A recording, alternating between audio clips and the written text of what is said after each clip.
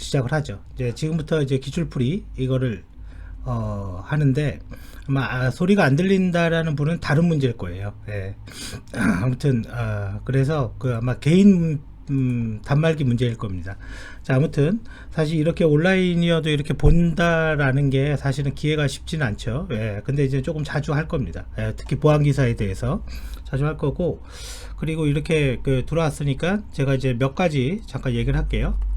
뭐 이름이야 알겠지만, 예, 이름이야 뭐 그렇고, 지금 제가 그 뭘 하고 있냐면 지금 아마 그 신한증권 신한에서 개인정보 비식별 컨설팅, 컨설팅을 하고 있어요. 그리고 카메라 끄세요. 카메라 끄고 들어오세요.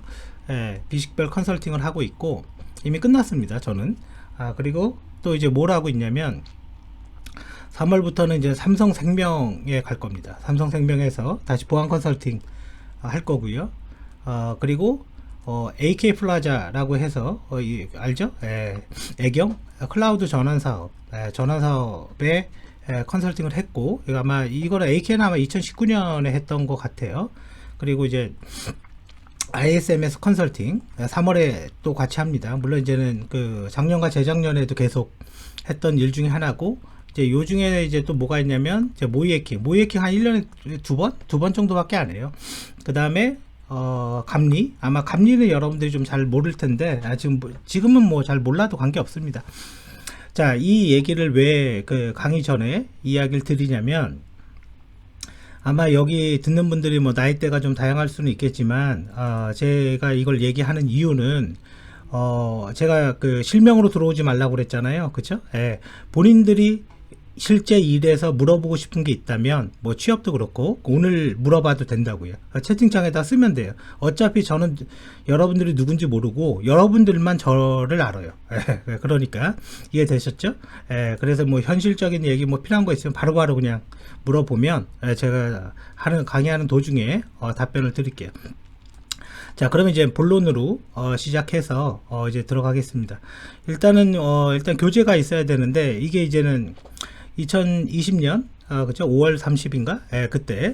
그때 본 그 제15회 보안기사 문제죠. 이 문제는 제가 직접 봐서 복원을 한 거고요. 뭐 인터넷에 누가 올린 글 갖고 복원한 거 아닙니다. 실제로 제가 다 본 거고, 그런데 이제는 그 얘기를 드리고 싶은 건, 이 문제에 함정이 있어요. 그러니까 일부러 제가 좀 실정과 다르게 하게 한 게 있습니다, 사실. 그리고 거의가 아니라 거의 문제 번호까지 똑같습니다. 그래서 여기에는 안 써있나? 실제 출간된 책에는 없네요. 원래는 제가 이 원고를 줄 때는 이 문제는 A형 시험지의 문제입니다, 이렇게 다 그 형까지도 다 써놨는데 아마 출판사가 그걸 지워버렸나 봐요. 자, 그렇고, 자, 일단 한번 보죠. 시스템 보안부터. 빨리 끝내기 위해서 속도를 빨리 내지 않을 겁니다. 만약에 다 못 끝내면 다음에 또 하면 돼요. 계속 할 겁니다. 자, 보죠. 지금 XINET에 뒤에서 특정 대역의 접근을 허락하기 위한 옵션이 무엇인가 라고 되어 있어요. 그럼 이제 이 말의 의미가, 물론 이제 이 말의 뭐 문제의 답은 뭐다 이렇게 아는 거는 사실은 뭐 크게 중요하지 않습니다. 그래서 보안 기사에서 망하는 패턴이 뭐냐면 이거예요. 이 문제를 보고 이거 답은 뭐 이거 아닐까? 그리고 공부 끝, 통과. 전혀 필요가 없는 공부에 안 봐도 돼요. 그렇게 할 거면. 왜냐면 그렇게 해서 필기까지는 어떻게든 될 수는 있지만 어차피 실기에서 전부 다 떨어져요. 실기까지 붙고 싶다면 밑에 있는 이 해설을 반드시 봐야 됩니다. 자, 그리고 또 하나는 여기에 보면 지금 XINET라고 되어 있잖아요. 그러면 이 X라는 거는 X인터넷을 얘기하는 거죠. 그리고 특히 들어온 사람들이 좀 다양하다 보니까 조금 약간 얘기를 할게요. 일단 기본적으로 우리가 그 프로세스라고 얘기하는 거는 이 리눅스에선 뭐 리눅스뿐만 아니라 윈도우도 마찬가지인데, 데몬 프로세스라는 게 있죠. 데몬이라는 건 뭡니까? 항상 뭔가 떠 있는 이런 건데, 이 데몬 프로세스가 크게 두 가지로 나눠집니다. 하나가 뭐예요? 스탠다드, 그죠? 스탠다드 데몬 프로세스가 있고, 그래서 스탠다드라는 말은 뭐냐면 그냥 컴퓨터 껐다 키면 뜨는 거, 우리 윈도우로 치면 시작 프로그램, 이런 게 되겠죠. 그 다음에 여기에 나와 있는 INET 데몬이 있어요. 이 INET는 특정 포트로 서비스를 호출하면 뭔가 응답을 해주는 뭐 이런 형태의 구조예요. 그래서 설정 파일이 있는데 init 콤프라는 거는 이제 설정 파일이고요. 요거와 비슷하게 윈도우에도 비슷한 게 있습니다.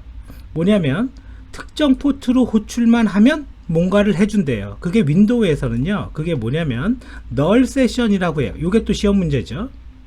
null session입니다. 세션까지는 굳이 안 쓸게요.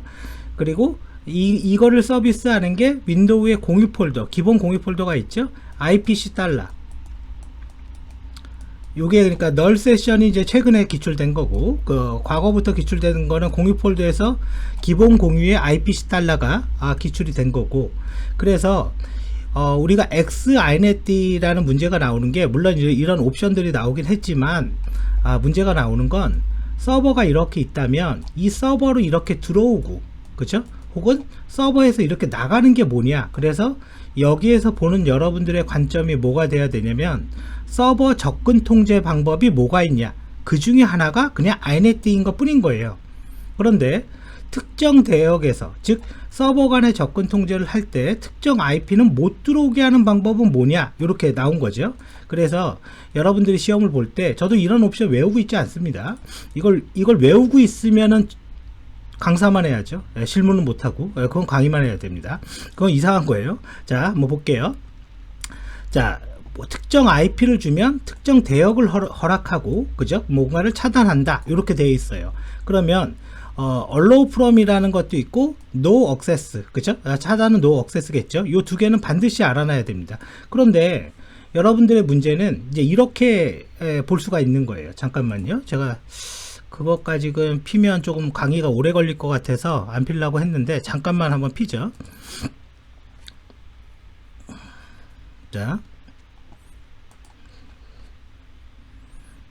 자, 지금 이거는 옛날에 뭐 제가 아마 다른 강의 하다가 잠깐 그렸다가 만 걸 거예요. 자, 무슨 말이냐면, 지금 xinet가 있는데 그게 이제 여기 있는 어떤 서버에 있다라는 거죠. 그러면 만약에 요 서버에 xinet가 있다라고 쳐보세요. 그러면 요 서버는 만약에 요로 간다, 그죠? 요렇게 서로 부른다. 이게 뭡니까? 서버 간의 접근 통제죠, 그죠? 그러면 이 서버 간의 접근 통제를 할 수 있는 방법들을 우리는 이제 생각을 해볼 필요가 있어요. 그게 뭐냐? 자, 첫 번째로 일단 얘기를 드리면 잠깐 제가 좀 크게 해줄까요? 과연 서버 간의 접근 통제는 어떻게 할 수가 있냐? 우리가 이제는 보안 기사를 공부하면서 우리가 봐야 될 거는 뭐가 있냐? 그러면 지금 얘기하고 있는 거는 이 inet이죠. D에 대한 접근 통제 설정. 그래서 지금 아까 allow라든가 뭐 no access였나요? 그걸 통해서 특정 IP가 들어올 수 있어, 못 들어와, 이렇게 할 수 있다라고 이 문제에서 보여주고 있죠. 그러면 이거 말고는 없는 거냐? TCP 래퍼라고 있죠. TCP 래퍼는 오히려 inet보다 훨씬 더 많이 출제가 많이 됐던 문제 중에 하나입니다. 자, 그러다 보니까 이거에 관련된 파일이 호스트 파일이 있고, 이거 잠깐, 이거 왜 이렇게 자꾸 움직이는지 모르겠네. 그 다음에 host. allow가 있죠. allow 파일이 있고 host. deny 파일, 뭐 핵심적인 건 요 두 개의 파일이죠. 사실은 허락한다, 거부한다, 그죠? 이렇게 돼 있죠. 그러면 여러분들의 공부는 TCP 래퍼라는 거는 접근 통제를 합니다. 서버 간의 접근 통제를 합니다. 실무에도 많이 쓰여요, 이거. 그래서 이 서버 간의 접근 통제에 호스트 allow와 호스트 deny에 대해서 어떻게 설정해야 되는지 알아야 되고, 세 번째, 어떤 서버에 어떤 명령어를 부른다거나, 그죠? 뭐 서비스를 실행한다거나 뭐 이런 게 있죠. 이게 보안하면 항상 나오는 게 있죠. R 커맨드죠. 이 R 커맨드가 왜 필요하냐면, 이게 이제는 보안 쪽에서 얘기하면 이게 보안에 취약합니다, 이렇게 얘기를 해요. 그래서 기본적으로 취약점 점검 가이드에도 요게 있는 거고, 그죠? 그러면 뭐 이런 게 있는 거예요. RCP라는 게 원격 복사거든요. 근데 얘는 로그인이 필요가 없어요, 얘 자체는. 근데 이거를 왜 쓰냐? 로그인이 필요가 없으면 되게 불편하지 않냐? 아니. 보안에 취약하지 않냐? 물론 취약하죠. 알면서도 쓰는 겁니다. 왜 쓰냐? 이유는 간단해요. 서버가 100대가 있는데 내가 어떤 프로그램을 넘겨야 돼요. 배포를 하려고 그래. 근데 우리한테 배포 서버가 없는 거죠. 그러면 이 100대를 한 담당자 하나가 로그인을 다 해서 FTP를 올렸다 내렸다, 이거 너무나 귀찮은 일인 거예요. 그래서 이거를 스크립트로 만들어서 엔터를 탁 치면 100대에 다 카피가 되게, 그런 용도로 R 커맨드를 많이 썼던 거예요. 근데 이게 이제는 요즘 보안이 중요하니까 이걸 못 쓰게 하죠. 그래서 지금 이 접근 통제에 INetD도 있고 래퍼, 그 다음에 또 뭐가 있죠? 방화벽으로도 막을 수도 있죠. 물론 상용 방화벽은 시험에 나오지 않습니다. 왜냐면 상용 방화벽은 화면에 허용 거부라고 한글로 이쁘게 써여 있어요. 근데 우리한테 이제는 나오는 건 IP 테이블즈죠. 그래서 이걸 가지고 열었다 닫았다 이렇게 할 수 있다라는 거죠. 물론 옵션까지 제가 다 여기서 설명할 수는 없고, 그리고 또 뭐 할 수 있죠? 보안기사 초창기에는 많이 나왔는데 최근에는 많이 안 나온 문제들이 있어요. 근데 여러분들이 주의하셔야 될 게 이겁니다. 누군가는 보안기사는 기출문제를 위주로 그냥 문제 은행식이다. 절대 아니고요. 전혀 그렇지 않습니다. 제가 1회부터 16회까지 다 봤는데 문제 은행식 아니에요. 근데 중요한 문제는 정해져 있다. 그건 맞아요. 그건 맞는데 초창기에는 많이 나왔는데 안 나온 게 뭐냐면요, 액세스 리스트입니다. 즉 라우터에서 접근 통제를 어떻게 설정을 하냐, 최근에 안 나와요. 그러니까 사람들이 이거를 공부를 안 하게 되는 거죠. 그죠? 잘 안 나오니까. 그래서 제가 얘기하는 거는 이걸 보면서 이것들을 다 일단은 봐야 되는구나. 왜? 실기를 위해서. 그죠? 이게 안 되면 실기 어차피 무조건 떨어집니다. 그냥 그렇게 보시면 돼요. 자, 그래서 요런 내용들이 있다라는 거 알아두시고, 자, 그리고 다시 이제 문제를 한번 돌아가 볼게요. 자, 그래서 결론은 이렇게 설정할 수 있대요. 그래서 FTP 서비스에 대해서도 이렇게 설정을 할 수가 있고요. 자, 뭐 이제 계속 뭔가 들어오네요. 그죠? 자, 그래서 FTP 통제는 이렇게 할 수 있대. 자, 그래서 요 두 개 이렇게 할 수가 있고, 액세스 타임이라는 것도 가능하고, 관련 프로그램을 이렇게 부를 수도 있는 거죠. 그리고 뭐 프로토콜은 뭐냐? 여기에 보면 스트림이라고 적혀 있죠. 스트림. 요 스트림이라는 것도 TCP라는 겁니다. 즉 연결하고 보낸다. 이렇게 보시면 돼요. 자, 이제 뒤로 가볼게요. 자, 그 다음 문제로 한번 가보죠. 제가 최대한 이걸 좀 크게 하고 얘기를 할게요. 여기에 보면 이 프리의 옵션들이 이렇게 나와 있죠. 요런 거 알아두셔야 된다라는 거예요. 왜? 우리는 저는 필기는 합격했습니다. 이런 말 하면 안 돼요. 필기 실기 다 붙었습니다. 이래야죠. 자, 이제 계속 가봅니다. 자, 리눅스의 아이노드 정보에서 알 수 없는 것은 뭐냐 라고 되어 있는데, 아이노드는 뭐 우리가 뭐 기본적으로 파일 시스템에 있는 리눅스의 그 내용 중에 하나죠. 그러면 제가 이거는 공부하는 팁을 가르쳐 줄게요. 무슨 말이냐, 이게 사람들이 이거를 이렇게 교재 같은 데 보면 아이노드에는 뭐 소유자 아이디도 있고 그 다음에 뭐 파일의 크기도 있고 뭐 이걸 외우려고 해요.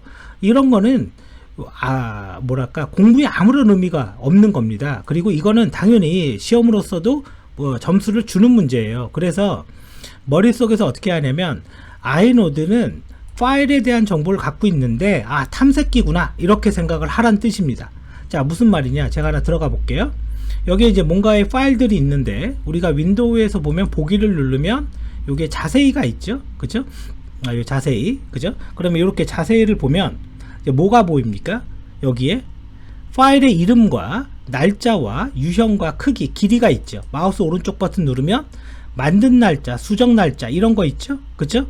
그래서 결과적으로 이런 정보를 리눅스에도 갖고 있고 윈도우도 갖고 있는 거예요. 그리고 어떤 파일을 클릭해서 내가 오른쪽 버튼에 여기에 이제 속성, 그죠? 속성을 보면 이거는 어떤 파일이고 크기가 어떻게 되고 언제 만들었고, 요 날짜 정보 있죠. 보안에서는 날짜 정보가 중요합니다. 만든 날짜, 수정 날짜, 접근 날짜도 있고, 여기에 보안에 가보면요, 어떤 그룹들이 있는데 그 그룹들이 읽을 수 있는 건지, 그죠? 혹은 못 읽는 건지, 이런 권한에 대한 정보가 있죠. 이게 아이노드입니다.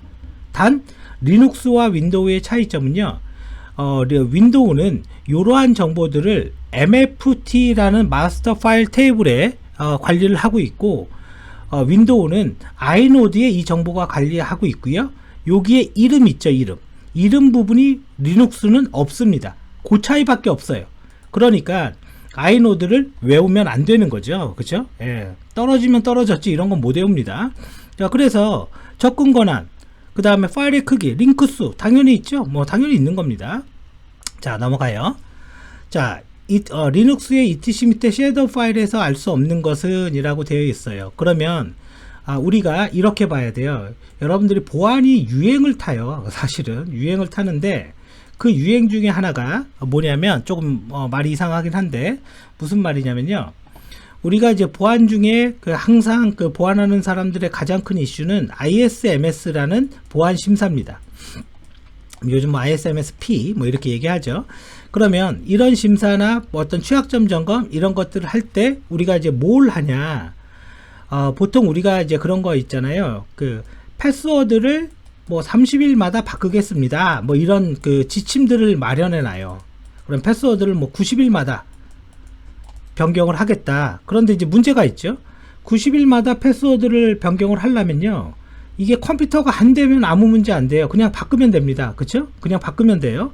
근데 컴퓨터가 100대면 어떻게 됩니까? 이게 일인 거죠. 이거를 하기 위한 사람이 필요합니다. 그래서 그러다 보니까 이거를 안 바꾸게 되는 거예요. 그래서 이 섀도우 파일이라는 의미는 뭐 다들 알겠지만 앞에는 계정이 있고요. 뒤에는 해시로 암호화된 패스워드가 있는 거죠. 그 다음에 이제 세 번째가 뭡니까? 이게 뭐죠? 시작일인가? UID네요. 그죠? UID가 있고, 요 999가 뭡니까? 만료일이 지정되어 있지 않습니다. 그죠? 무제한이라는 거죠. 7이라는 거는 뭐가 돼요? 만료일 전에 7일 전에 경고 메시지를 보내주세요. 패스워드 경고 메시지를 보내주세요. 이렇게 되는 거죠. 그래서 얘는 30일이 지나면 패스워드를 바꾼다. 뭐 그 소리가 되는 거예요. 7일 전에 경고를 내리고. 자, 그러면 섀도우 파일은 어차피 기본 구조가 정해져 있고, 과거에는 이 문제의 내용이 산업보안, 그러니까 산업기사 위주로 사실은 출제가 됐어요. 산업기사 실기 위주로. 근데 이게 보안기사 필기 위주로 얘가 출제가 되고, 근데 실기도 나옵니다. 자, 그렇다면 우리가 좀 궁금한 게 하나 생기는 거예요.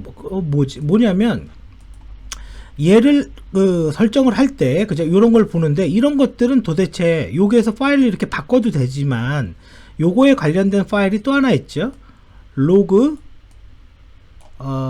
이름이 뭐예요? login.dfs인가? 그죠? login.dfs 요게 etc 디렉토리 밑에 있는 파일인데 요 파일도 출제가 되죠. 여기에는 패스워드의 맥스 길이, 그죠? 최대 길이, 최소 길이 이런 것들이 있죠. 그래서 이렇게 들어가 있고, 그러면 이제 여기에서 또 하나 궁금한 게 생기는 거예요. 윈도우는 어떻게 하지? 윈도우는 출제된 적이 없습니다. 윈도우는 출제된 적이 없는데 사실은 기본적으로 윈도우는 원래 윈도우가 중요해요. 왜냐면 우리가 흔히 보는 게 윈도우인데 생각보다 윈도우를 잘 몰라요. 우리가 보안 그룹이라는 윈도우 서버에 있거든요.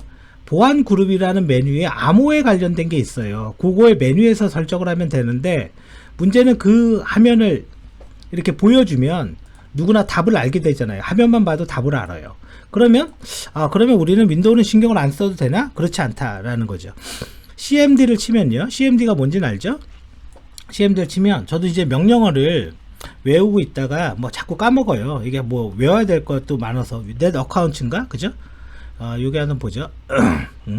net account라는 명령을 치면 뭐가 나오는지 한번 봐볼게요. 최소 암호의 사용 기간, 그죠? 그 다음에 최대 기간, 그리고 계정 잠금, 그 다음에 임계값, 요 설정들. 보안에서 가장 많이 나오는 문제의 형태가 이겁니다. 패스워드 몇 번 틀렸을 때 락을 걸었어? 안 걸었어? 패스워드는 며칠마다 바꿀 거야? 안 바꿀 거야? 그거 했어? 안 했어? 그게 윈도우에는요, net accounts라는 커맨드를 치면 확인이 가능하다라는 거죠. 그러니까 이거는 나온 적은 없고 나올 여지가 있는 문제가 되는 겁니다. 그러면 여러분들이 하나 더 궁금한 거, 그럼 DB는 어떻게 합니까? DB는 종류별로 다릅니다. 근데 이제 보안기사 시험에서는 이 DB를 낼 때 아마 오라클 위주로 낼 겁니다. DBA 프로파일츠, 이 끝에가 S가 들어가는지 안 들어가는지 제가 정확히 모르겠어요. 이 DBA 프로파일이라는 걸 보면 DB의 패스워드 유효기간이 나와요. 자, 제가 이렇게까지 얘기하는 이유는 간단합니다. 단순하게 풀이만 할 거면 이거 빨리빨리 나가요. 이거 금세 끝나요. 근데 여러분들이 이렇게 공부를 하면요, 실력과 비례해서 올라갑니다. 실제 일할 때도 관련이 되니까. 그래서 알 수 없는 거는 뭐냐 라고 이렇게 물었어요. 자, 그랬더니 뭐 패스워드 곱하기는 뭐로 되어 있으면 뭐 계정에 뭐가 없다라는 뜻이래요. 자, 이거 뭐 답이 몇 번이죠? 문제를 제대로 안 봐서 자, 한번 볼게요. 1번인가 보네요. 아직 패스워드가 설정되어 있지 않았다. 뭐 이거고. 자, 시큐어 계정은 언제든지 패스워드를 변경할 수 있다. 그죠? 누구나 패스워드 변경할 수 있습니다. 누구나. 30일간의 패스워드를 변경하지 않고 사용이 가능하다. 그죠? 만료일 7일 전에 경고가 된다. 요건 다 아까 설명한 거죠. 자, 그런데 아마 요거는 이제 그런 뜻인 것 같아요. 우리가 패스워드의 변경 기간에서 최소 변경 기간이 있어요. 이게 보통은 이제 0인가 이렇게 설정이 되어 있거든요. 근데 만약에 이게 1이나 뭐 이렇게 설정이 되면 하루 동안은 내가 오늘 패스워드를 새롭게 설정했어. 그러면 하루 동안은 그 패스워드를 써야 되는 거야. 못 바꾸는 거야. 아마 그런 의미의 문제의 지문 같습니다. 이거는. 자, 그래서 이렇게 출제가 됐고요. 이제 그 다음 문제 한번 봐볼게요. 쭉 이제 넘어가서 2번. 이게 3번 3개 풀었네요, 이제. 그죠? 자, 윈도우에는 윈도우 SID는요, 디렉토리에 대한 접근 권한을 허용할 것인지, 결정할 것인지 사용된다. 운영체제에 인증된, 운영체제에서 사용자에게 SID를 부여하는 것은 뭐냐? 자, SID는 제 기억에는 9회 정보보안기사 필기에 아마 처음 등장을 했던 문제입니다. 그리고 나서 계속 출제가 됐고, 실기 때도 나왔어요. 근데 이게 뭐냐면, 이게 별거 아닙니다, 이게. 우리가 가끔 윈도우 같은 걸 쓰다 보면 약간 좀 뭐랄까, 이것도 이건 학대가 안 되네요. 그죠? 잠깐만요. 윈도우를 쓰다 보면 이제 어떤 게 보이냐면요, 요런 약간 회색 비슷한 뭐 이런 디렉토리가 보여요. 그러면 이거는 내 컴퓨터니까 내가 이렇게 클릭을 하면 들어가야 되는 거잖아요. 근데 여기에 폴더에 액세스 할 수 있는 권한이 없습니다. 뭐 이런 게 뜬단 말이에요. 이거를 결정하는 게 뭐냐? 이게 SID입니다. 그래서 내가 로그인을 할 때 SID 부여된 SID를 가지고 내가 관리자 계정이야, 내가 일반 유저야, 혹은 뭐 내가 게스트야, 이런 것들을 알 수가 있습니다. 그거를 부여하는 게 이제 SRM이고, 이거는 이제 풀이만 봐도 알잖아요. 그죠? 그래서 요 부분이 있는데, 요게 이제는 뭐냐면, 요게 이제 몇 번 출제됐는지 얘기했죠? 부분이 뭐냐면, 일반적으로 이게 500번이면 어드미니스트레이터, 관리자. 그죠? 관리자 계정이고, 그 다음에 뭐 501번이 아마 게스트일 겁니다. 그리고 1000번 이후가 일반 계정. 그러면 이게 이 문제의 다냐? 자, 출제는 이렇게 됐어요. 요 지문 자체가 일단 필기로 SID를 할당받은 다음에 SID를 가지고 디렉토리 접근 권한을 결정한다, 안 한다. 그쵸? 그게 이제는 답이었던 거고, 결정합니다. 이거 갖고. 그리고 또 하나 이제 여기에 문제가 될 만한 게 하나 있죠. 뭐냐면, SID가 저런 식으로 나왔어? 근데 아까 제가 보면 알겠지만, 제 컴퓨터에 제가 이제 넷 유저 이렇게 치면, 그죠? 잠깐만 켜볼게요. 넷 유저 치면은 제가 지금 리모라는 계정으로 들어왔어요. 어드미니스트레이터라는 계정이 있긴 하지만 이 계정으로 들어오진 않았습니다. 근데 요 리모라는 계정이 어드미니스트레이터라는 관리자 계정 권한을 갖고 있는 겁니다. 그런데 지금 나는 리모라는 것 자체는 그냥 일반 계정이죠. 일반 계정이니까 디렉토리에 대해서 아까 물어보는 거예요. 야, 너 이거 권한 필요해? 이렇게 물어보는 겁니다. 근데 그런 정보들은 도대체 어떻게 볼 수 있냐? 넷 로컬 그룹스, 이게 붙나? 그룹? 이렇게, 그죠? 명령이 맞았네요. 그죠? 예. 이렇게 볼 수가 있어요. 이게 이제 뭐냐면, 관리자 그룹을 가지고 있는 일반 계정은 뭐가 있냐? 그래서 어드미니스트레이터라는 계정은 관리자 권한이 있고, 관리자 그룹에 해당이 되고, 리모라는 계정도 관리자 그룹에 해당이 됩니다. 그러니까 이 문제는 우리가 보안이라는 일을 할 때 이런 리스트를 봐야 되거든요. 취약점 점검 이런 거 할 때. 그러니까 이 커맨드도 반드시 알아놔야 되는 거죠. 자, 그래서 시험 공부를 이렇게 하시는 게 좋아요. 안 그러면 어차피 다 떨어집니다. 어디에서? 실기에서. 자, 그래서 필기 공부할 때 실기까지 해버려요. 꼭 그렇게 해야 됩니다. 자, 좀비 프로세스는 좀비라고 했죠. 여러분들 이거 오해하지 마세요. 이 좀비라는 말은요, 뭐 악성 코드를 얘기하는 게 아닙니다. 유닉스에서 좀비라는 거는 우리가 보통 유닉스 이런 걸 띄우면 이렇게 뜨잖아요. 그럼 이제 탑이라고 이렇게 치면 탑도 기출문제예요. 탑이라고 치면 떠있는 프로세스들이 이렇게 나옵니다. 근데 여기 끝에 보면 좀비라고 이렇게 적혀 있죠. 요걸 얘기하는 건데, 이 좀비 프로세스는 어떻게 하는 거냐면 이런 거예요. 우리가 프로그램을 실행시키는 방식이 두 가지 방식이 있어요. 윈도우나 리눅스나. 하나는 뭐냐, 내가 얘를 실행하고 나는 얘와 관계없이 끝나는 겁니다. 그래서 이거를 replace, 대체라고 합니다. 이게 뭐냐면 소문자로 써요. 보통 EXEC 방식의 소문자입니다. 리눅스에선 EXEC 방식의 프로그램, 프로세스를 실행하는 방식이고, 두 번째는 우리가 많이 쓰고 있는데 아파치 웹서버나 이렇게 뭐 어떤 그 여러 명의 사용자의 뭔가 연결을 처리하는 거, 그런 프로그램에 많이 씁니다. 그게 뭐냐면 포크죠. 포크라는 거는 자식 프로세스를 생성하는 거예요. 그럼 얘가 부모가 되고 얘가 이렇게 자식이 됩니다. 근데 자식 프로세스는 작업이 완료하면 이 부모한테 이렇게 알려줍니다. 이렇게 알려줘요. 그래서 너 끝났구나 이렇게 아는 구조예요. 그런데 좀비 프로세스는 이렇게 포크 방식으로 프로그램을 실행할 때 자식이 아직 끝나지 않았는데 부모가 먼저 종료를 한 겁니다. 그러면 내가 돌아갈 부모를 잃어버려요. 이렇게 되면 이게 바로 좀비예요. 여기 나오는 좀비. 근데 내가 지금 작업이 끝났잖아요. 그래서 이런 거는 그냥 메모리만 점유하고 아무 작업도 안 하고 있어요. 껐다 키면 자동으로 없어집니다. 이 좀비 프로세스는.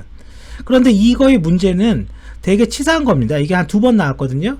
왜 치사한 거냐, 리눅스에서 그 프로세스의 이름이 이쪽 뒤에 뜨거든요. 얘가 지금 화면을 제가 작게 해서 여기 안 나오는 것 뿐이에요. 프로세스의 이름이 이렇게 좀비라고 나오지 않습니다. 이거는 디펀드라는 그 영어로 나와요. 그래서 디펀드를 알고 있냐 모르고 있냐, 그냥 그걸 묻고 있는 겁니다.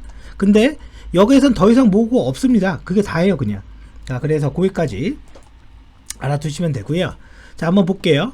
ps 명령어, 떠있는 프로세스의 명령을 봐라. zs라는 명령어는 없죠. 이건 제가 만든 단어가 아니라 실전에 이렇게 나온 겁니다. 그래서 명령을 통해서 리스트를 확인 후 스테이트 값이, 그죠? 스테이트 값이 z로 되어 있고, 킬 명령을 통해서, 그죠? 죽일 수가 있다. 그죠? 그럼 답이 이거죠. 그리고 여기에서 스테이트라는 건 상태잖아요. 상태. 근데 이름으로 하면 뭐예요? 디펀드로 나옵니다. 그래서 이것도 아마 디펀드라는 말이 아마 14인가 기출문제일 거예요. 디펀드가.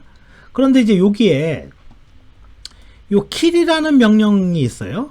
이거 영어만 보면 마치 뭐를 죽여 이렇게 보이지만 이거는 그런 명령은 아닙니다. 킬이라는 명령은 신호를 보내는 명령이에요. 시그널. 신호를 보내는 명령이에요. 그 신호 중에 -9가 있는데 이게 이 -9가 강제 종료예요. 요거 안 나왔어요. 요건 안 나왔어요. 그래서 우리가 아는 프로그램을 죽이세요. 이거는 뭐예요? 바로 킬에 킬-9, 그 다음에 PID를 이렇게 넣어줘야지 죽는 거예요. 그러니까 여기까지 다 같이 보셔야 돼요. 그러면 이제 또 궁금해야 돼요. 그럼 윈도우는 어떻게 하죠? 윈도우는 간단하죠. 제가 아까 얘기했잖아요. 생각보다 윈도우를 더 모른다고. 자, 윈도우는요, 떠있는 프로세스 보는 건 다 알아요. 타스크 리스트라고 치면 이렇게 나옵니다. 그러면 이건 떠있는 프로그램들의 목록이 이렇게 쭉 나오죠. 타스크 리스트. 근데 죽이는 거는 뭐냐? 타스크 킬입니다. 킬. 타스크 킬에 슬래시 PID를 넣고 하면 윈도우도 떠있는 프로그램 죽일 수 있어요. 이게 뭐예요? 킬-9와 같은 거죠. 킬-9와 같은 거지 킬의 모든 거와 같은 건 아닙니다. 자, 쭉 이제 넘어가 보죠. 자, 그래서 뭐 이렇게 돼 있다. 여기 킬-9 있죠? 쭉 넘어가죠. 이제 뒤로 넘어갑니다. 이거는 굉장히 의미가 있는 문제예요. 이거는 이제 의미가 있는 문제가 왜 그러냐면 요즘 보안 쪽에 컨설팅이 됐건 어떤 시스템 구축 있죠. 시스템 개발 사업이 됐건 그 일을 하다가 보면 가장 큰 문제가 뭐냐? 로그 기록 남니? 이겁니다. 로그 기록 안 남으면 보안팀에서 승인을 안 해요. 승인을 안 하면 일을 못 합니다. 자, 그러다 보니까 어떻게 하면은 로그를 정확하게 남길 거냐. 그래서 이런 식으로 하죠. 이런 시스템이 있으면요, 보통은 여기 어디인가 로그 서버를 하나 만들어서 요즘은 큰 회사들은 다 이렇게 가져옵니다. AWS의 로그, 그러니까 클라우드의 로그건 그냥 그 일반 서버의 로그건. 그래서 이게 가장 큰 이슈입니다. 그러면 이 말은 두 가지 의미가 있는 거죠. 첫 번째, 로그 파일을 가져올 수 있는데 어떤 로그까지 가져올 수 있냐. 접속 로그와 행위 로그를 가져오는 게 주 타겟이고요. 두 번째는 만약에 이런 것들이 날아가면 어떻게 백업을 할 거냐. 그죠? 요런 게 두 가지 문제가 됩니다. 자, 그러면 한번 봐보죠. 이제 또 세세히 보면 애플리케이션 로그는 어떻게 되냐. 자, 이렇게 얘기를 할게요. 여러분들이 보안기사 시험을 어렵다라고 말은 들었지만 정말 최선은 다 안 해요. 무슨 말이냐. 지금 이게 아마 제 기억에는 이건 크론탭이구나. 이 이름을 봐서 헷갈렸네요. 그죠?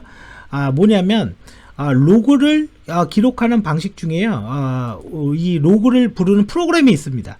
그게 아마 15회 때 기출문제가 나왔는데 뭐냐면 바로 15회 실기 때 나왔어요. 무슨 말이냐. 필기에 나온 문제의 1개에서 2개 바로 전. 그러니까 우리로 치면 지금 17회잖아요. 17회 필기 문제가 반드시 실기의 단답형이나 이런 문제로 한두 문제가 나옵니다. 그래서 반드시 시험을 봐야 돼요. 필기 합격자도. 그리고 그 문제를 제대로 봐야 됩니다. 근데 이거는 이제 이거 자체는 제가 약간 오해를 했는데 이거 자체는 뭡니까? 크론탭이죠. 크론탭은 거의 매번 나옵니다. 그냥 매번 깔려 있어요. 이거 외워야 돼요. 분시, 일, 월, 요일. 그죠? 매번 이렇게 나온다. 자, 그런데 이제 문제가 있어요. 이런 거에 뭐 이렇게 보면 알겠는데 이 크론탭을 가지고 우리가 뭘 하냐면 물론 해킹이라는 것도 할 수 있겠죠. 어떤 뭐 악성 코드를 실행하게 만들 수도 있겠지만 그거는 전제가 하나 깔리는 거잖아요. 해커가 여기까지 들어왔다. 그죠? 여기까지 들어왔는데 뭐 크론탭 등록하겠습니까? 이미 그죠? 자, 그래서 여기서 여러분들이 알아야 될 거는 바로 이 커맨드입니다. 여기에 보면 헛다운표 비슷한 놈을 제가 이거 잠깐만요. 이렇게 하니까 키보드가 안 먹네. 내가 이거 화면을 확대할 수가 없네요. 자, 요런 비슷한 놈을 하나 찍었죠. 자, 무슨 말이냐. 요거랑 다릅니다. 특히 요거 얘기하는 거예요. 요게 뭐냐면 키보드 일자 옆에 있는 키입니다. 자, 무슨 말이냐. 간단히 테스트 해볼게요. 에코 테스트 엔터. 그럼 글자 찍습니다. 에코 헛다운표로 묶어요.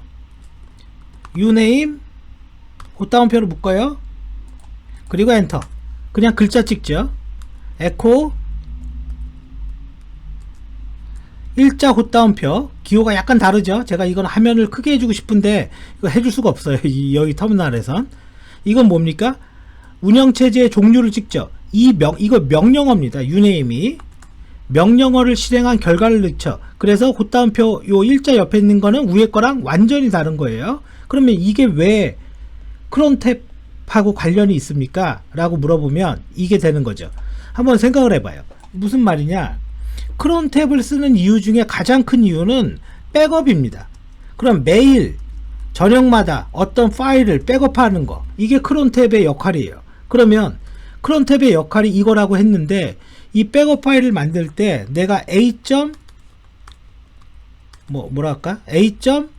BAK 이렇게 만들었어요. 그러면 매일 이거 덮어쓰게 되죠.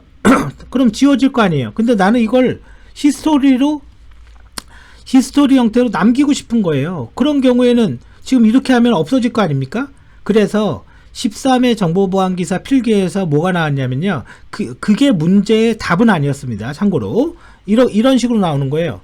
내가 파일을 만드는데 리눅스에 데이트 명령어가 있어요. 근데 이게 좀 쓰기가 어렵습니다. 이렇게 하면 날짜가 나오는데 이걸 갖고 이제 파일명을 구할 수가 없죠. 데이트 더하기 아마 이건가? %y, %m, %d 해볼게요. 아마 이건 명령어 저도 봐야 돼요. 안 나오네. 그쵸? 자, 이렇게 해보죠. 에코 헛다운표, 양사이드로 헛다운표를 뭔가 바꿔놨죠. 그러면 지금 제가 요 커맨드는 매번 까먹습니다. 치는데 요 커맨드의 의미는 알 거예요. 요게 뭐가 되냐면요, 날짜 파일이 돼요. 날짜 파일. 그러면 2020년 뭐 10월 10일 이렇게 이름이 나옵니다. 그러면 이것.txt 이런 걸 파일명으로 해야죠.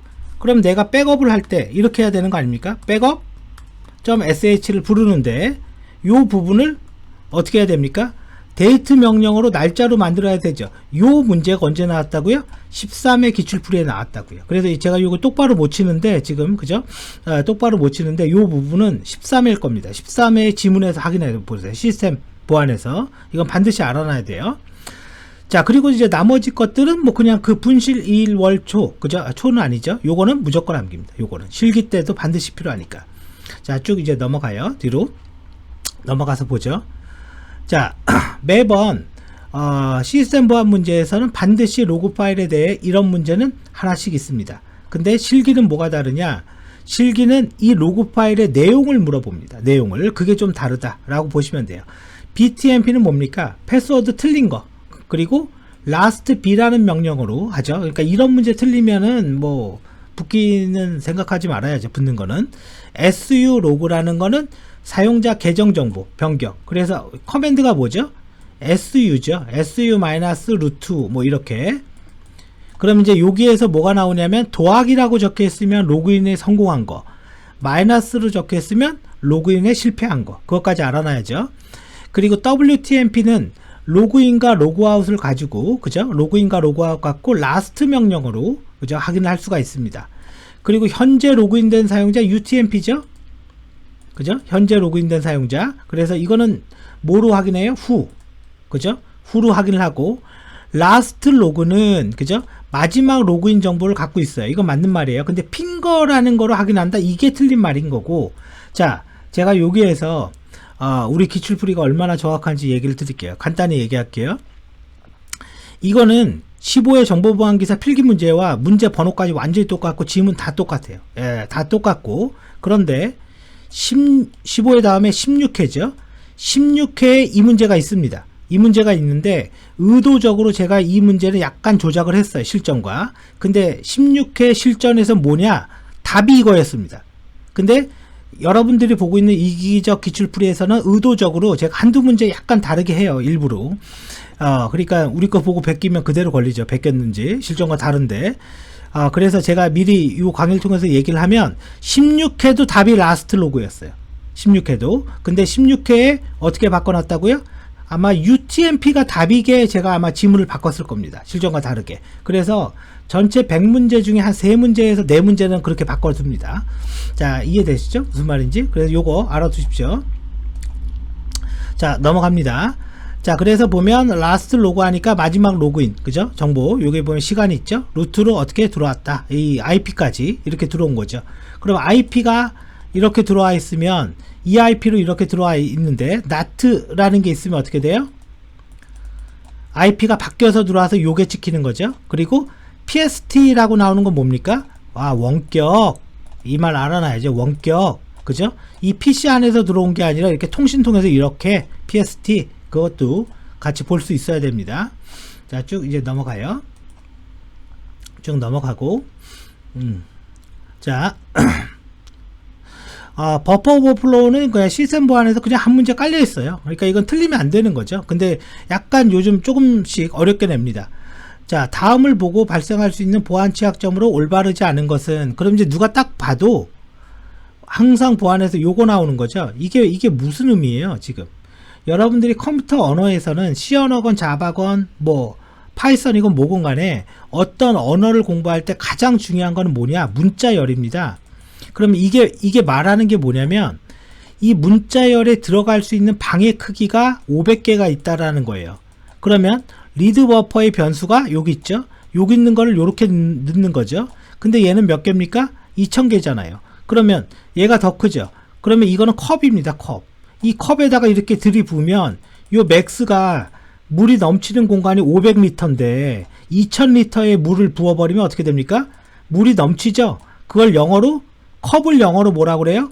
쌓아놨다. 스택이라고 하고 물이 넘쳤다. 오버플로우죠. 예. 그래서 요렇게 항상 나오는 문제입니다. 이것도 필기에서. 그래서 요거는 많이 나오면 두세 문제 나옵니다. 요거는 많이 나올 때는. 자, 그래서 이제 그 내용이 답이겠죠. 넘친다. 그런 얘기입니다. 자, 보안 쪽에 뭐 보안 기사도 마찬가지고 다른 것도 마찬가지인데 클라우드가 굉장히 중요하게 나와요. 예, 앞으로 더 나올 겁니다. 근데 여러분들이 제가 미리 얘기하지만 클라우드를 가지고 오해하면 안 됩니다. 클라우드가 두 개가 있어요. 일반적으로 우리가 아는 AWS나 혹은 Azure 이런 것들은 그죠? 이런 것들은 뭐 AZ 이런 것들은 뭐냐면 퍼블릭 클라우드라고 합니다. 요 문제는 안 나왔죠. 퍼블릭이라는 건 뭡니까? 누구나 써도 되는 거. 자, 이렇게 생각해 보세요. 지금 대구에 지금 어딘지 모르겠지만 분명히 산속에 있을 거예요. 대구에 전산센터를 하나 만들고 있습니다. 이미 거의 건물은 다 졌어요. 한 1년, 2년 뒤에는 오픈할 거예요. 전산센터가 하나 있는데 여기에다가 이제 컴퓨터를 사다가 이렇게 둬야 될 거 아닙니까? 그러면 컴퓨터가 200대 있다고 쳐보죠. 그러면 요거를 담당하는 엔지니어가 한 명이라고 가정을 해보세요. 한 명이 200대를 관리해요. 계정도 만들고 모두 만들고. 그러면 이 사람은 패스워드만 변경을 해도 1년 내내 바빠요. 그럴 때 어떻게 써요? 우리가 가상화 프로그램이라는 걸 씁니다. 여기에다가 가상화 프로그램을 깔아서 이 200대의 컴퓨터가 하나의 모니터로 내가 마음대로 할당하고 알아서 다 관리하는 거야. 이런 것들은 뭐냐? 요런 게 아닙니다. 이거는 전혀 관련이 없는 거예요. 이런 것들에 쓰는 게 뭐예요? 오픈스택. 그래서 클라우드 운영체제. 요건 나온 적이 없습니다. 근데 나오지 않을 겁니다. 이거는 나온 적은 없지만 나오지 않을 거예요. 자, 근데 퍼블릭 클라우드라는 말은 반드시 기억하고 있어야 되고요. 그 중에서 하이퍼바이저라는 프로그램이 있는데 이거에 대한 설명으로 뭐 맞는 건가 틀린 건가 그죠? 그걸 찾아라는 거죠. 그러면 여기에서 우리가 필기실기를 유추할 수 있는 게 두 가지가 문제가 있습니다. 첫 번째 1번은요. 이런 클라우드 즉 가상화 소프트웨어의 종류가 도대체 뭐가 있냐. 하나가 호스트 기반 가상화, 두 번째가 하이퍼바이저 가상화, 세 번째가 컨테이너 가상화. 그러면 예상이 되는 건 뭐냐? 바로 3번입니다. 컨테이너 가상화에 뭐가 있냐? 도커가 있어요. 이거는 실기 포함해서 얘기하고 있는 거예요. 저 지금 도커라는 게 있는데 호스트 가상하는 건 뭐냐? 이겁니다. 이거 버추얼 박스 PC에다가 깔아두고 여기에 리눅스를 띄우는 거 있죠? 이게 호스트 가상화예요. 그리고 하이퍼바이저는 거의 비슷한데 하이퍼바이저를 통해서 하드웨어에 들어가는 거죠. 그래서 이게 이제 모델 타입 1과 타입 2가 있는데요. 이게 같은 말이 있어요. 이게 같은 말이에요. 밑에 봐보세요. 하이퍼바이저의 종류에는요. 네이티브, 다른 말로 타입 1이라고 합니다. 네이티브라는 게 뭡니까? 뭐를 기준으로 네이티브라고 해요? 기계가 이렇게 있는데 하드웨어, 소프트웨어가 갈 때 어떻게 해요? 다이렉트로 간다 이겁니다. 그러니까 네이티브죠. 근데 여기에 하이퍼바이저를 통해서 이렇게 가는 건 호스티드 가상화라 타입 2라고도 부른다. 그러면 요거랑 요거는 뭐냐? 다른 겁니다. 네, 다른 거예요. 하이퍼바이저 안에서 네이티브와 호스티드가 있는 거고, 도커라는 건 뭐냐면 여러분들이 한번 생각을 해보세요. 아주 쉽게 얘기를 할게요. 컨테이너 기반은 뭐냐? 자, 여기에 리눅스가 있는데 여기에 뭐 별의별 프로그램이 다 깔려 있어요. 그러면 여러분들이 리눅스를 실습을 할 때 리눅스를 깔고 모두 깔고 근데 막상 책대로 깔면 제대로 되는 게 하나도 없습니다. 맞죠? 그래서 이걸 갖다가 어떻게 만드냐면 컨테이너라는 걸 만들어요. 하나의 이미지처럼. 그러면 간단히 말하면 여기에 보면요. 가상 시스템 내보내기 있죠? 이런 것처럼 가상의 환경을 만들어 두고 그거를 그냥 불러서 쓰기만 하는 거예요. 그러면 우리가 어떤 서비스를 만들 때 금세 만들 수 있죠. 그게 컨테이너입니다. 그래서 컨테이너 기반 가상화 이렇게 세 가지 있다. 그거 알아두십시오. 쭉 넘어가요. 자, 무선 내내 그죠? 가짜 AP를 연결하여 공격하는 것은 뭐냐? 가짜 AP를 위해서 공격하는 건 뭐냐? 이블 트윈 어택이라고 하는데 문제는 이런 겁니다. 이거는 이 이름을 반드시 알아야 되는 거고, 파밍이라는 건 뭡니까? naver.com 쳤는데 엄한 데 간 거. 그죠? 피싱이라는 건 뭐예요? 낚인 거죠.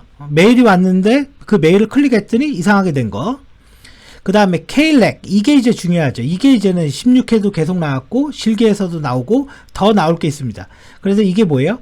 WPA2의 보안 취약점이에요. 이거는 그죠? 우리가 쓰는 와이파이의 보안 취약점이에요. WPA2. 그래서 요거는 이제 체크해 두고요. 또 나옵니다. 16회. 자, 이블 트윈 어택이라고 있는데요. 얘는 가짜 AP를 만든대요. 그래서 악랄한 쌍둥이, 뭐 트윈이라고 했으니까 쌍둥이 공격이다. 그래서 요거는 별도로 공부하지 말고 요거는 그냥 이름만 알면 끝나는 거예요. 더 이상 보지 말고요. 그 다음에 집중적인 건 이겁니다. WPA2에 무선랜 취약점이 있더라. 그죠? 요건 알아두시고요. 요거는 이제 16회 풀이할 때 얘기할게요. 자, OECD의 개인정보. 이거 한 3번 나왔습니다. 뭐가 이렇게 중요해서 나왔는지 모르겠지만, 이거는, 야, 이거라고 한다. 그냥 이대로 보면 돼요. 여러분들이. 쭉 넘어갑니다. 자, 요거는 이제 7회 정보보안 기사에 처음 등장을 했죠.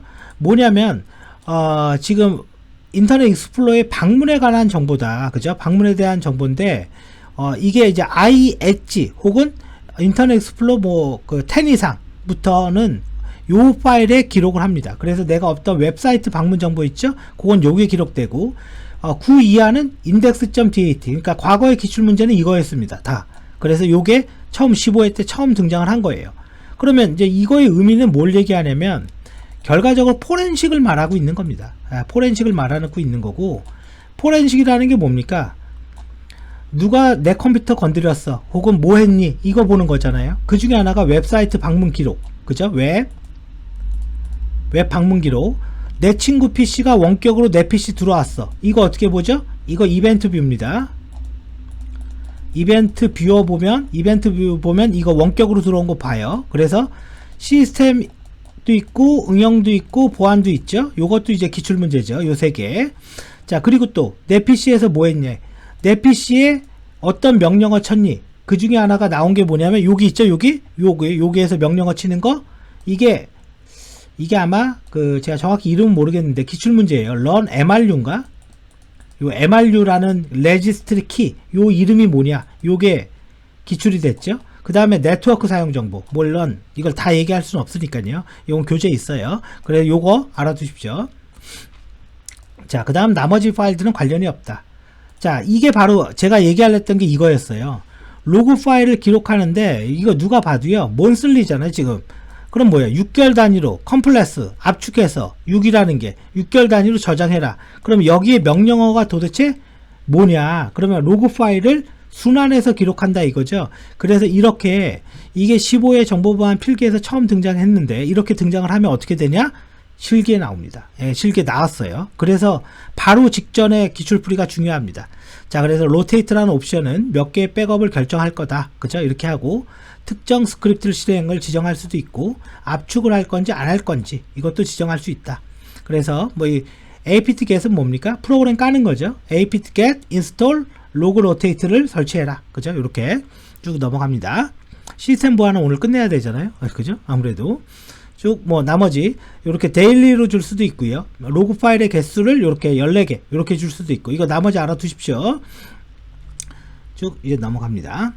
넘어가서 FTP는 뭐 무조건 100점 받아야 되는 거죠. 그리고 시험은 시스템 보안과 뭐 애플리케이션 보안과 이런 게 실제 출제는 멋대로 섞입니다. FTP 로그가 뭡니까? 엑스퍼 로그죠. 근데 요 엑스퍼 로그가 이렇게 있는데, 요 로그는 크게 의미가 없어요. 이거는 FTP 중에서 지금 VS FTP 로그 파일입니다. 왜 그러냐? 영어를 봐보세요. 커넥트 연결했습니다. 로그인 실패했습니다. 영어로 다 보이죠? 근데 우리가 알아야 될 거는 뭐냐면, 요 엑스퍼 로그의 필드의 구조입니다. 요거 기출풀이에 있습니다. 요거. 그래서 거기에 뭐가 있냐면, 뭐 I는 업로드, 이거 맞는지 모르겠네요. O는 다운로드, C는 뭐 성공, 이런 필드의 의미가 있어요. 요거 반드시 알아놔야 돼요. 그래야지만 이 로고를 보고 이 사람이 뭘 했는지 행위를 알 수가 있습니다. 그래서 요거는 꼭 알아두십시오. 제가 어떻게 이걸 다 외웁니까? 그죠? 저 필드까지. 자, 그 다음에 요게 좀 특이한 문제인데요. 이건 사실은 좀 안 나올 거라고 생각을 했는데, 뭐냐면 리빙스턴이라는 사에서 이 말이 딱 있습니다. 시험에. 그래서 리빙스턴 사라고 딱 이렇게 조회를 하잖아요. 실전 문제가 똑같이 나옵니다. 지문이. 그러면 이 리빙스턴 사에서 보안 인증 시스템을 지원하는 게 뭐냐? 레디우스입니다. 그럼 이게 무슨 말이냐 도대체. 이 레디우스라는 거는 정말 옛날의 기술이에요. 그래서 이거는 분산 인증 기술인데, 혹시 기억할지는 모르겠는데 뭐냐면 이런 거 있죠. 네스팟이라고 있었어요. 와이파이가 이렇게 무료가 아닐 때 KT의 네스팟 이런 게 있었거든요. 거기에서 지역별 인증이에요. 지역별 인증. 그래서 그게 레디우스입니다. 그래서 얘는 그냥 분산 인증에 레디우스가 있구나. 그리고 하나만 더 얘기하면 이 레디우스 다음에 나온 게 뭐가 있냐면 다이아메터라는 말이 있어요. 이게 아마 이거는 기억할 거예요. 지금 없어졌는데 와이브로라고 있었죠. 거기에 트래플레이. 얘는 뭐냐면 중앙 집중적인 인증입니다. 얘는 그냥 그 정도만 기억해 두세요. 그냥 더 공부한다라는 게 크게 의미가 없습니다. 자, 그리고 이제는 챌린지 리스판스. 뭐예요? 주고받고. 주고받으면서 응답한다. 그래서 요거는 어디에 나와요? OTP에 나오죠. 자, 그래서 일단 넘어가요. 쭉 넘어가고요. 쭉 뒤로 갑니다. 자, 여기까지 일단 하고 잠깐 끊었다가 하죠.